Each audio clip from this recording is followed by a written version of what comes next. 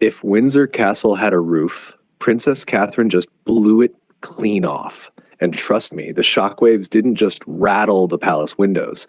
They definitely reached all the way to Montecito, because the Princess of Wales didn't simply arrive at the state banquet, she descended. Like the main character in a royal cinematic universe where elegance is hereditary and the Wi-Fi breaks under the weight of her photos. Catherine stepped into the spotlight, glowing in a sweeping pale blue Jenny Packham gown, the kind of dress that makes fashion editors pause mid-sentence and reconsider their entire careers. It wasn't just fashion, it was a moment. But the real jaw-dropper, the scream heard around Instagram, Queen Victoria's oriental circlet tiara, perched on Catherine's softly waved hair like it had been waiting decades for her. And this wasn't a random choice. This tiara is practically a historical love letter, designed by German-born Prince Albert for his beloved Queen Victoria. It features 2,600 diamonds and lotus flowers arranged in 11 Mughal-inspired arches. Originally set with opals, later swapped for rubies by Queen Alexandra, and then locked away so deep in the royal vault you'd think it owed someone money. Queen Elizabeth wore it once in 2006, and then darkness, silence, vault, until now. Tonight, it reemerged, and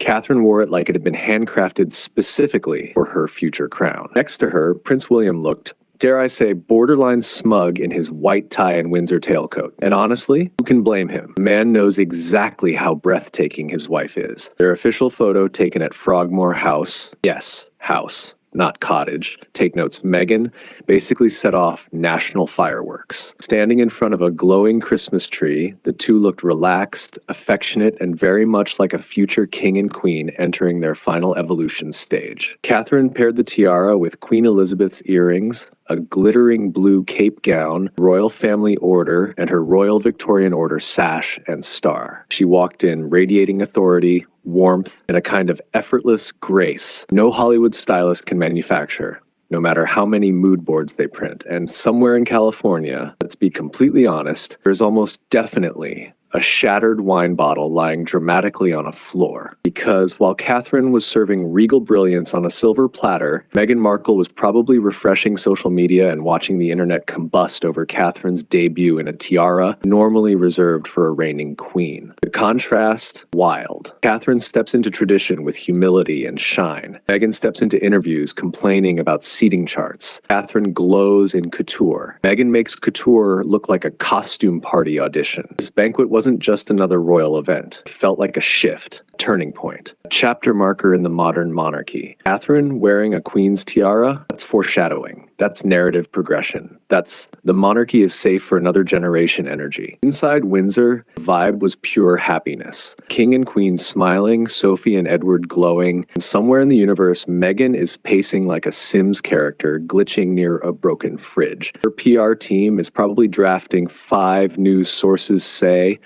stories to try distracting from the fact that Princess Catherine just delivered the royal moment of the decade. Catherine, she wasn't just stunning. She was incandescent, regal without trying, warm without coaching, commanding without noise. She didn't need a Netflix special. She didn't need trauma clickbait. She simply arrived, and reality rearranged itself around her.